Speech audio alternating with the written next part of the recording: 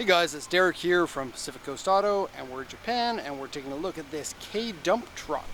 And I don't think that we've had a dump truck actually on this channel. We've sold a number of them, but most of the K trucks that we sell are to businesses that go on to resell them. And right off the bat, I'm going to put the back end of it up because I know a lot of people are going to be interested in how that function works. Typically, you're spending about $800 more for a dump truck version. I'll just put it up to the highest height.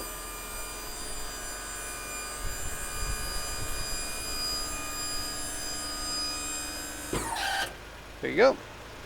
And Suzuki and Daihatsu make the common dump truck versions. I don't think that Honda has very many, but you can search just dump trucks if you want on the auctions. And then a quick look here at how steep that is. And it can lift up to, I think, 350 kilograms, maybe a little bit more, maybe up to 500, but it's rated for 350. And then most of them will have a tailgate that can open up on the bottom to kind of pour sand out of it. This one's not equipped with that. And so if you want to pour things out, you're going to want to take this down first. Let's see if I can do that while it's up like this without chopping my arm off. Oh yeah, pour all the leaves out. And so that's how it works. And then these sides here, they can both flop down too. And this is really handy because it gives you a really low loading side, and then you can load from all sides. It makes it way more convenient than a typical pickup truck is. Because with a pickup truck, you have to carry, like, any load has to go way over the high sides of one. This one here is basically hip level. So, and then when you put this down, it's even lower than hip level. Okay. And I'll put that back. Oh, I just noticed something here.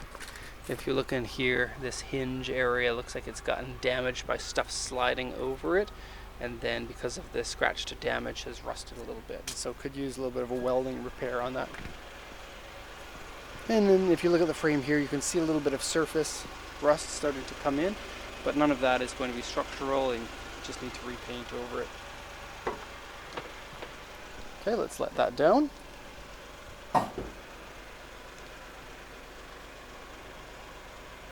Really easy function on this one. You don't have to raise the RPM of the engine, which some of the more industrial trucks, like crane trucks here from Japan, would need to do. Very simple. All you have is one button, and you can do it. And if you want to make a slide for for your preschoolers at their birthday party, then you can do that too. I guess I'll leave this in the down position now, and I'll just put that back up when I'm done shooting the report. Okay, so let's translate the auction inspection sheet. And so it's a 2003 carry truck. This one's going to Canada. It's a dump truck version. 52,250 kilometers on there, so pretty low considering it's now 15 years old. 5-speed manual. And this one actually is really cool because not all of them come with the AC, not all of them come with the 5-speed. Those are both really cool things. It is 4-wheel drive, which a lot of the dump trucks are going to be 4-wheel drive, but not all of them. But it has the magic diff lock button along with low gear ratios. So not only 4-wheel drive, but you can do low gear ratios for climbing. And then the locking diff makes it so that your rear tires both are completely locked, and so they don't spin independent of one another. And so this gives you a lot more capabilities than not having the diff lock in the back there. Okay, so looking at the sheet here, we got 4-wheel drive dump with AC and power steering and diff lock in it. It says paint fade here, and the paint fade actually continues to down here on the front areas. Now you can like ceramic coat or glass coat it to make it a little bit brighter if you really want to, but you'll find that in an industrial truck, most of the people who are interested in these, especially for resale, they want it for the utility, not really so much for the looks. But there are some people who really care about them for the looks. They jack them up, put them on big tires, and then go around being cool. But for the most part, they're going to be useful for useful purposes. Okay, so interior scratched, wear, dirty, stain, and ripped. So I'll show you the interior when we get into there. Windshield has a small rock chip on it, no problem with that. Underside surface rust and has been painted. That's kind of what I showed you when the bed was up. I'll just show you the underside here as well. So nothing's really turned into corrosion that looks like it's going to be an issue, but you're going to want to paint it before it does, especially in Canada where salt goes in the roads there. The bed has various scratches, dents, and rust on it. Steering wheel wear, and dashboard has a glue mark on it.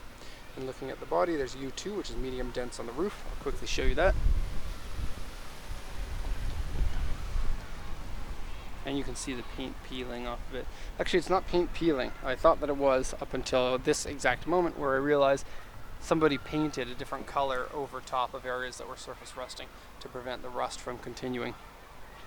It looks like some tape used to be on these sections here, and to tape something on, I don't know.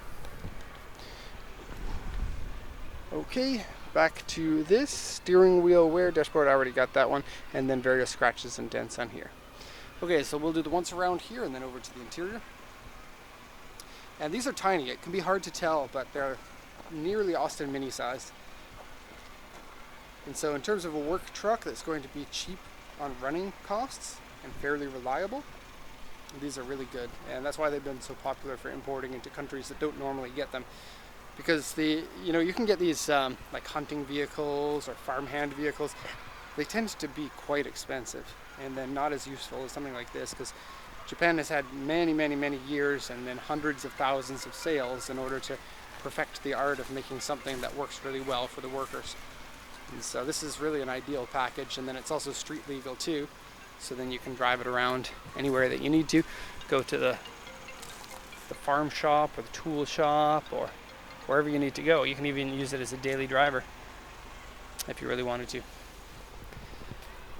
Okay, and I guess I'll quickly show you how it looks with the side piece down, and just like the back piece, very easy to put that down. And this is probably at about 65 centimeters tall.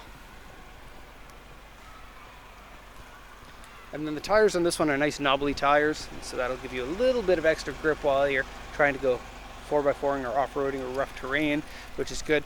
Having the small tires like this will limit your ability off-road. But as you can see in here, approach angle is almost non-existent because the front wheel is directly right where the bumper is. I don't know if that's the right words, non-existent approach angle.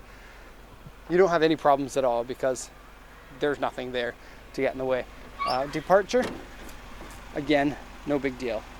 Our suspension is probably the lowest member there, and so no issues. You can see solid rear axle there.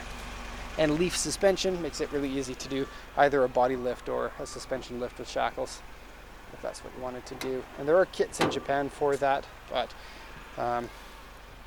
it wouldn't be difficult for something as simple as this to build one yourself. Quickly plant this into place. I got a phone call while I was shooting this video, so I'm curious who it was. Okay, rack on the back so you can tie things to it, and then there are loops all the way down for tying things in or putting a cover on the back. Plus we have this rack to make sure that you're not smashing your back window when you put stuff in. Okay, onto the interior. So the interiors are really simple, crank style windows, really nothing that you don't need in here. The AC is convenient and it does work on this one. Here's the rip in the seat. And there's another rip in this part of the seat. Power steering is nice to have. It's not needed, and a lot of them don't have it, but it's convenient, I think. It makes it easier to drive without putting any effort into it. 52,338 kilometers at the time of shooting this.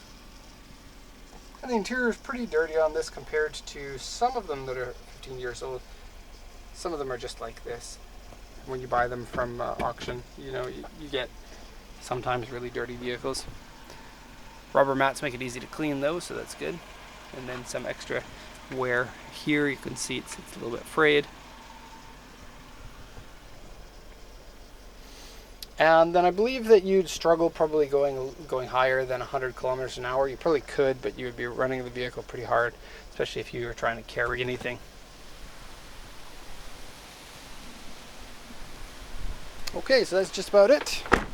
We're at 9 minutes and 50 seconds.